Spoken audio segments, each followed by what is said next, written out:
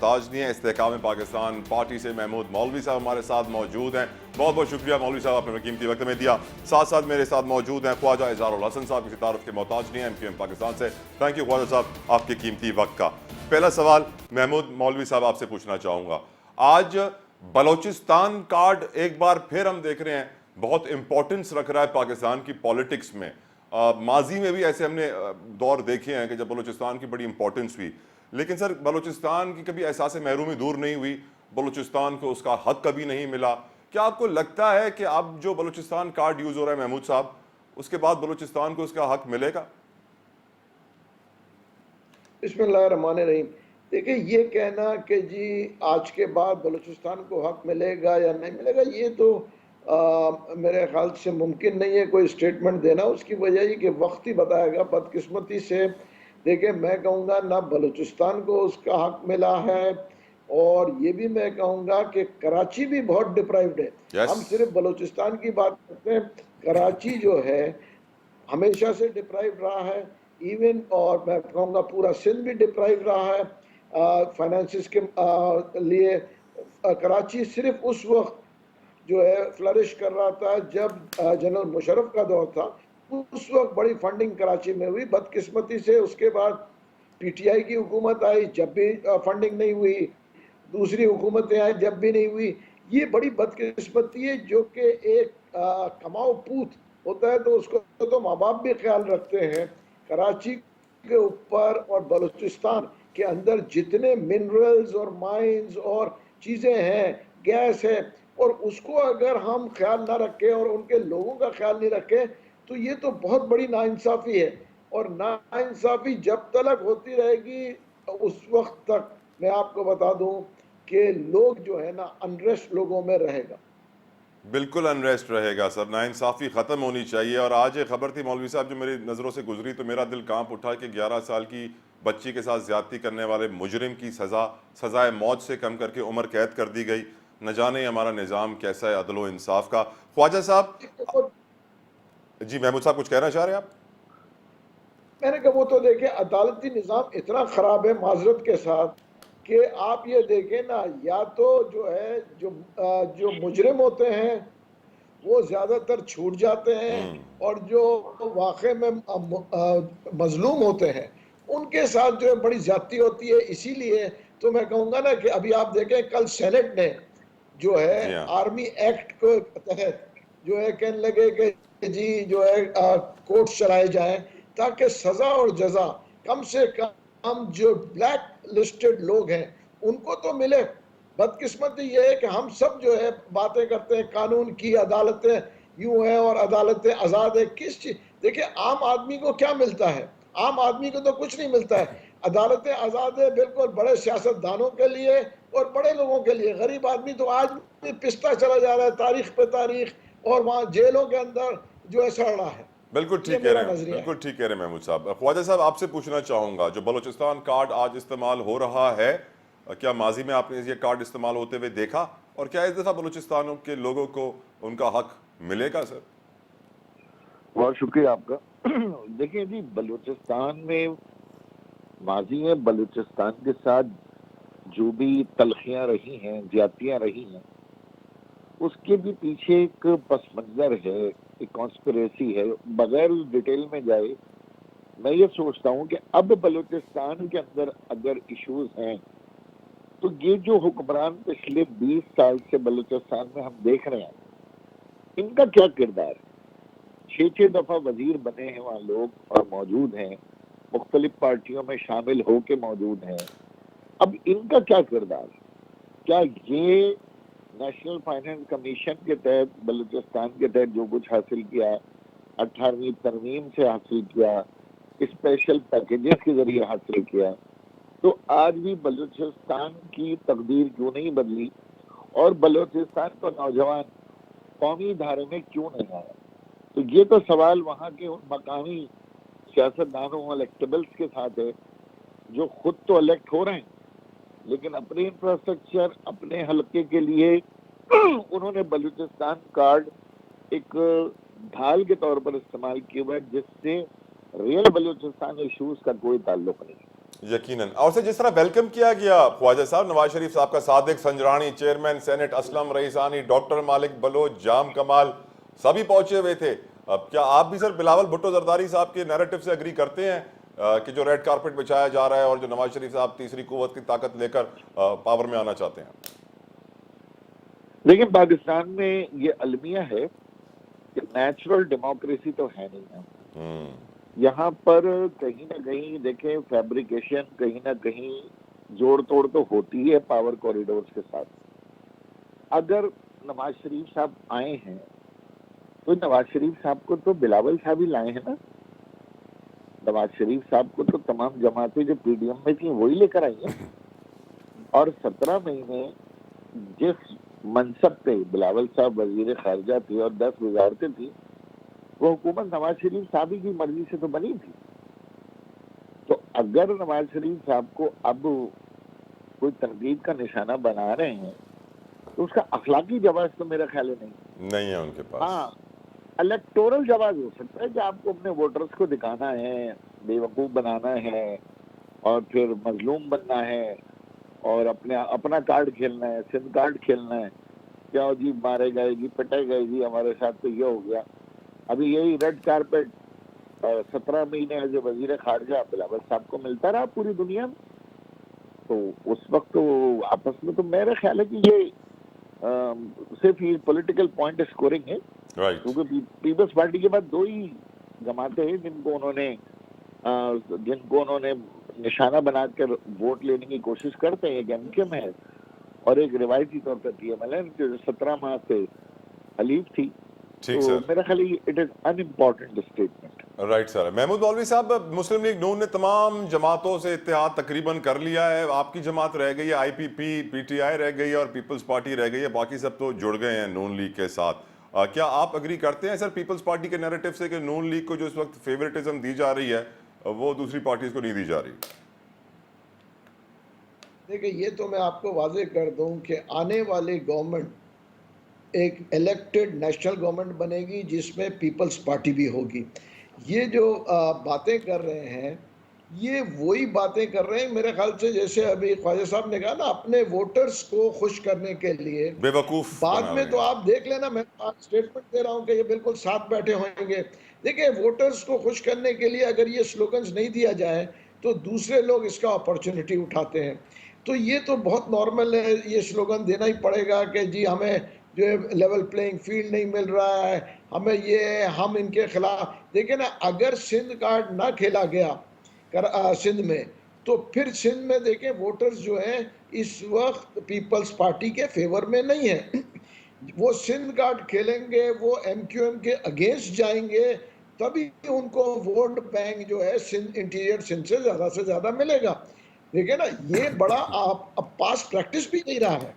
तो मेरा कहना है कि जब मिल बैठ के नई हुकूमत बनानी है, उसकी वजह आप देखते हैं ना कि पीपल्स पार्टी वीक है और Punjab would be the deciding factor to come into the federal government.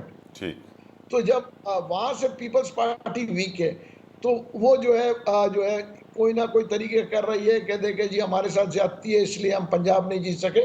Punjab में वो वीक है, सिंध में वो जो है काफ़ी इफेक्टिव होंगे क्योंकि वो सिंध कार्ड भी खेलेंगे और जो है सिंध हुकूमत पूरे उनकी साथ है, मैं कहूँगा, और काफ़ी सपोर्ट है सिंध हुकूमत का जो है।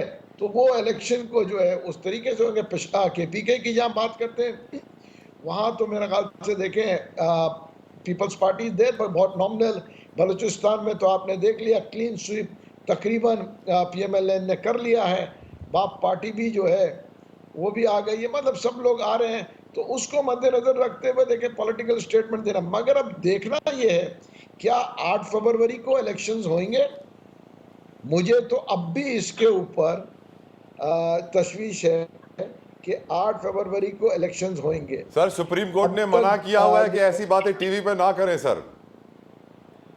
चले ऐसी बातें ना करते, मगर हम भी बैठे हैं, आप भी बैठे हैं, उसकी वजह लॉजिक्स की बात कर रहा हूँ। सुप्रीम कोर्ट भी कुछ नहीं कर सकेगी। लॉजिक दें सर मुझे।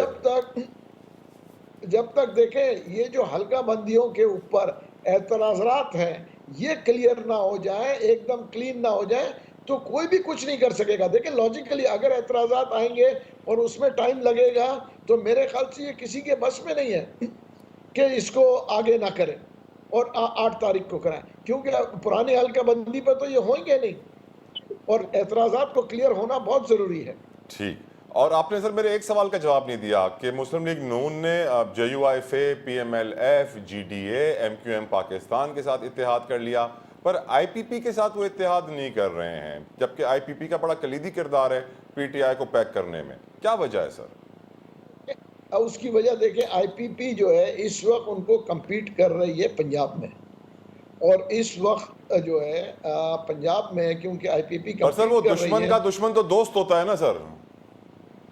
मतलब देखें, मैं कहूँगा इस वक्त थोड़ा प्रीमेच्योर है। ओके। एक दफ़ा जो है ऑफिशियल डेट्स आ जाए इलेक्शन के, उस वक्त मेरे ख्याल से मुनासिब होगा कि इत्तेहाद हो या ना हो। इस वक्त हम समझ रहे हैं कि प्रीमेच्योर है। ख्वाजा इजहार साहब, आपसे बड़ा इंपॉर्टेंट क्वेश्चन पूछना चाहता हूं जो आजकल सारे सियासतदानों से मेरे ख्याल से रोजाना ही पूछा जाता है। सर आपने कहा कि हमारे यहाँ नेचुरल डेमोक्रेसी तो है नहीं, जोड़ तोड़ किया जाता है पावर कॉरिडोर्स के साथ। क्या आपको लगता है कि free and fair transparent elections होंगे, कराए जाएंगे?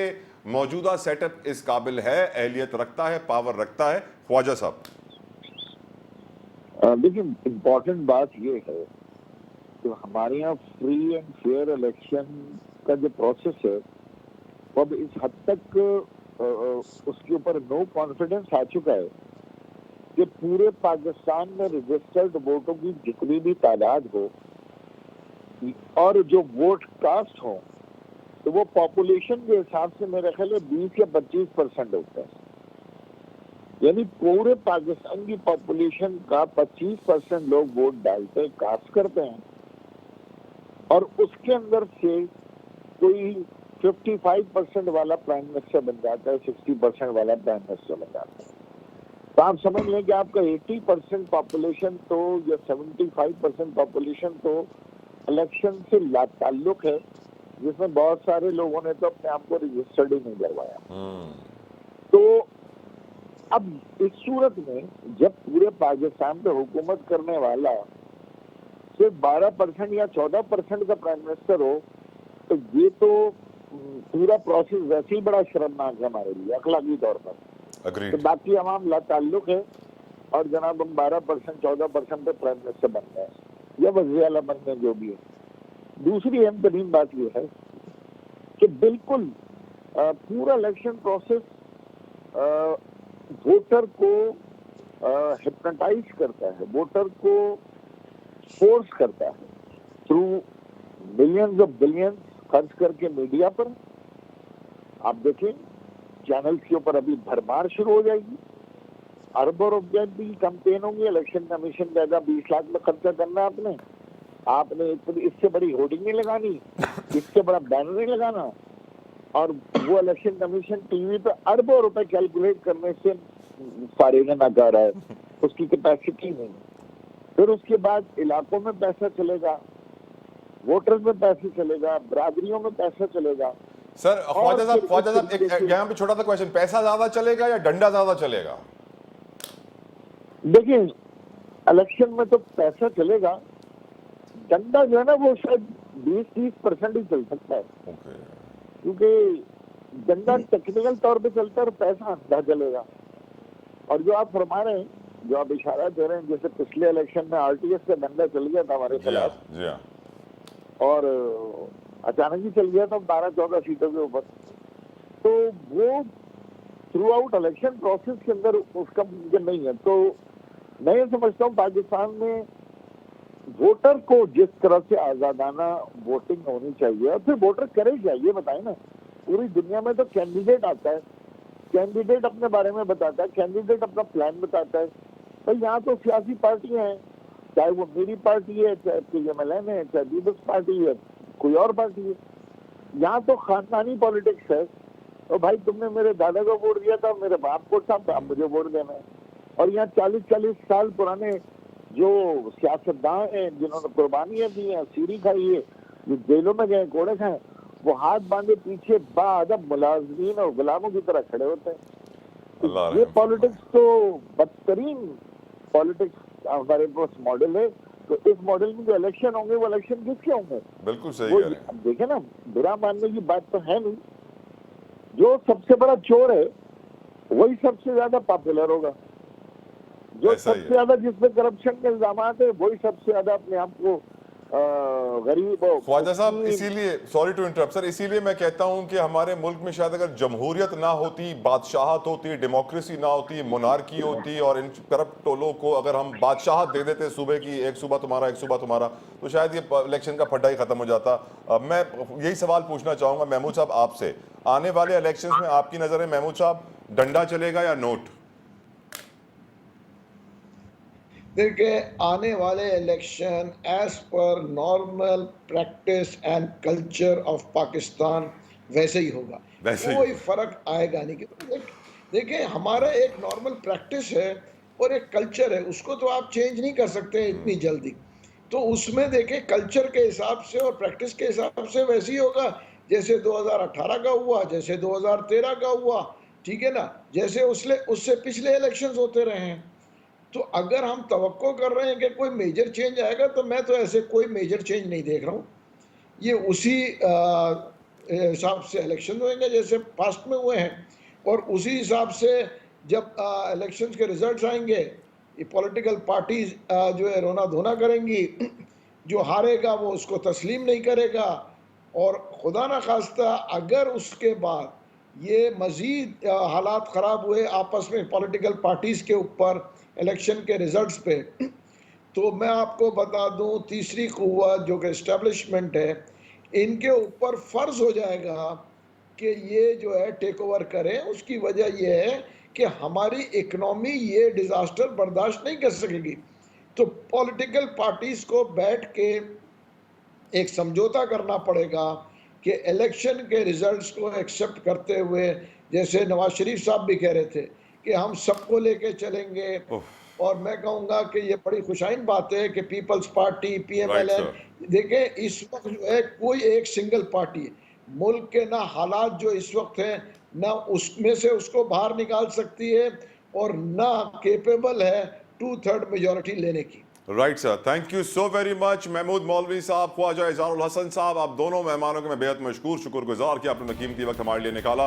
लेकिन जो बड़ी स्टेटमेंट जाते जाते महमूद मौलवी साहब दे गए हैं कि अगर हालात ख़राब हुए इलेक्शन के बाद और सियासी पार्टियों ने फिर एक दूसरे के ऊपर कीचड़ उछाला कि हमारे साथ सही नहीं हुआ, तो फिर इस्टेब्लिशमेंट के ऊपर फ़र्ज हो जाएगा कि वो टेक ओवर करें। बहुत बड़ी स्टेटमेंट है, ब्रेक लीजिए।